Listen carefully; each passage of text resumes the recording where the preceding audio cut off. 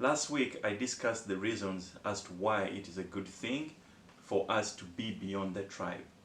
Someone commented that I did not discuss the how.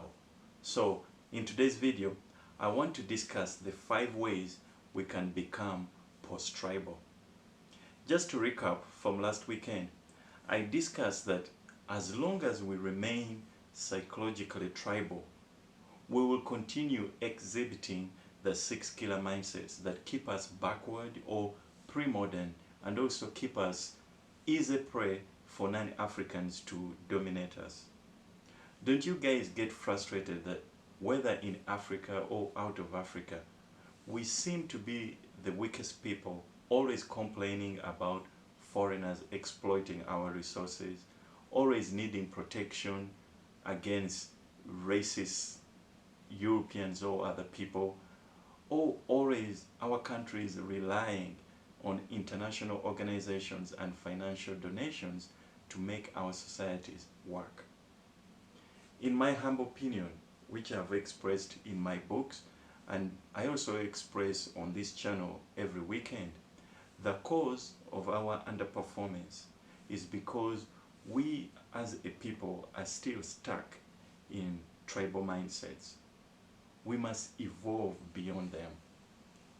The 5 ways we can become psychologically post-tribal, which is the same thing as developing the right mindsets fit for the struggles of the modern civilization. Number 1, on an individual basis, you need to learn how to read critically and read widely. It is not enough to read just to pass exams. You must read great books from all over the world and by a diverse set of authors. This develops your mind to see the world beyond your small tribal area and people, and also it exercises the brain, which is a muscle. It exercises it to be fit and able to learn new knowledge, skills, and modern ways of living. Number 2, still on the individual basis, you need to travel the world, or at least away from your tribal area. Traveling puts you on the move to explore and have new experiences.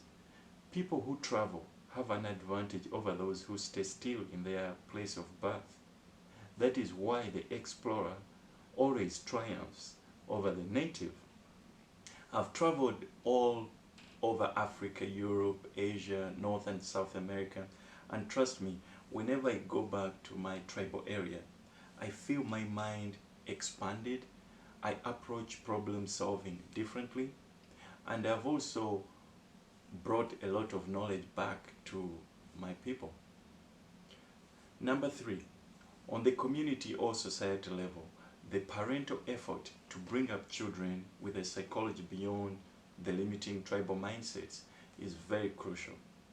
If you are a parent who tells your children to explore beyond the village or town, or to have friends from other tribes, or even allow them to intermarry when they grow up, then those children and their children will most likely grow up to be beyond the limiting psychologies of our tribal heritages.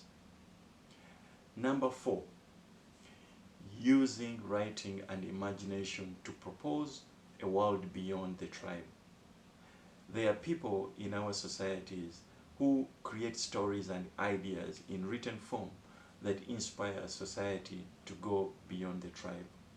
Religious writings do this, but also philosophical and scientific writings do this. In fact, in my own writings, I'm employing this technique to persuade my fellow Africans to see the benefits of us having a post-tribal psychology. Number 5, the last and maybe the most important way we can become post-tribal is through visionary leadership. In world history, all the societies that have ended up creating the modern world as we know it were forged beyond the tribal society by very, very great visionary leaders. In Africa, one such leader was Julius Nyerere of Tanzania. Through his vision, he was able to forge all the various tribes in Tanzania to speak one language, Kiswahili, and unlike many other Africans, it's incredible that Tanzanians identify themselves not by limiting tribal heritages, but rather as Tanzanians. To them, the national identity and psychology is dominant over the tribal identities and psychologies. Currently, the president of Rwanda, Paul Kagame, is also on track to achieve the same. Over the last 26 years, he has purposefully worked to forge a national identity that has people identifying first and foremost as Rwandese or Rwandans instead of as Hutus or Tutsi. This is a good thing for post-tribal transformation. In summary, it is very important for us modern Africans not only to understand why it's advantageous for us to be beyond the tribe, but more importantly, we should each put in the effort to have mindsets that are beyond the tribal psychology, and definitely let us raise our children to be post-tribal but 100% African. That is it for today. Thank you for watching and see you next Saturday.